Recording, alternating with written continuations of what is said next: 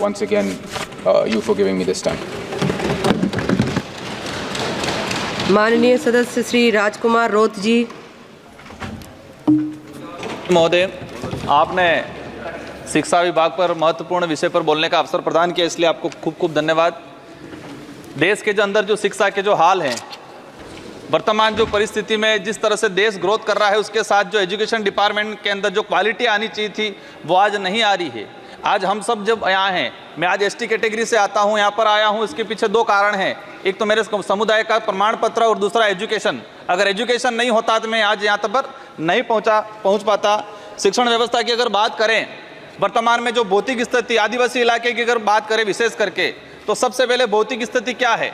वहाँ पर कमरे नहीं है, बिल्डिंग नहीं है, चार दीवारें नहीं है, शिक्षण व्यवस्था, वहाँ पर अध्यापक नहीं है। हम बड़ी बड़ी बात कर लेते हैं, हम कहते हैं देश ग्रोथ हो रहा है, ये हो रहा है, विकास की ओर जा रहा है, लेकिन मैं आज दावे के साथ कहता हूँ कि देश के आदिवासी इलाके के अंदर जब बारिश होती है तो 70% विद्यालय को खाली कर दिया जाता है, क्योंकि वो बिल्डिंग बैठने के लायक नहीं है।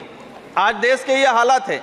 मैं राजस्थान के दक्षिणी इलाके से आता हूँ, संसदीय क्षेत्र बांसवाड़ा से, वहाँ पर 78% आदिवासी बाहुल्य क्षेत्र हैं। वहाँ पर मेरे उस इलाके के अंदर हायर एजुकेशन हो या अपर एजुकेशन हो, उसमें स्थिति ये बनी हुई है कि एक एक कमरे के अंदर, सभापति महोदय, मैं मंत्री महोदय के ध्यान में लाना चाहूँगा कि देश के उस ऐसा कोना भी है जहाँ पर 3-3, 4-4 क्लास के बच्चे एक रूम में बैठते हैं, 6वीं, 7वीं, 8वीं, 9वीं, और हम दावा कर रहे हैं कि देश को गति की ओर, प्रगति की ओर ले जा रहे हैं, अमृत महोत्सव की ओर ले जा रहे हैं।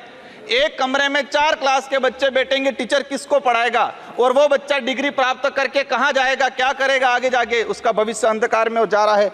माननीय सभापति महोदय, देश के वर्तमान के अंदर जो पॉलिसी ला रहे हैं, नई शिक्षा नीति मेरी समझ के अनुसार प्राइवेटीकरण को आगे बढ़ाने का नीति है।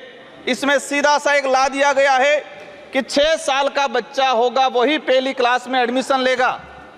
देश का कौन सा परिवार ऐसा है, किस समुदाय के कोई व्यक्ति ऐसा है जो 6 साल का बच्चा होगा इसके बाद एडमिशन कराएगा? इस स्थिति में आने वाले 10 साल बाद सरकारी संस्थाएं खत्म होने वाली है।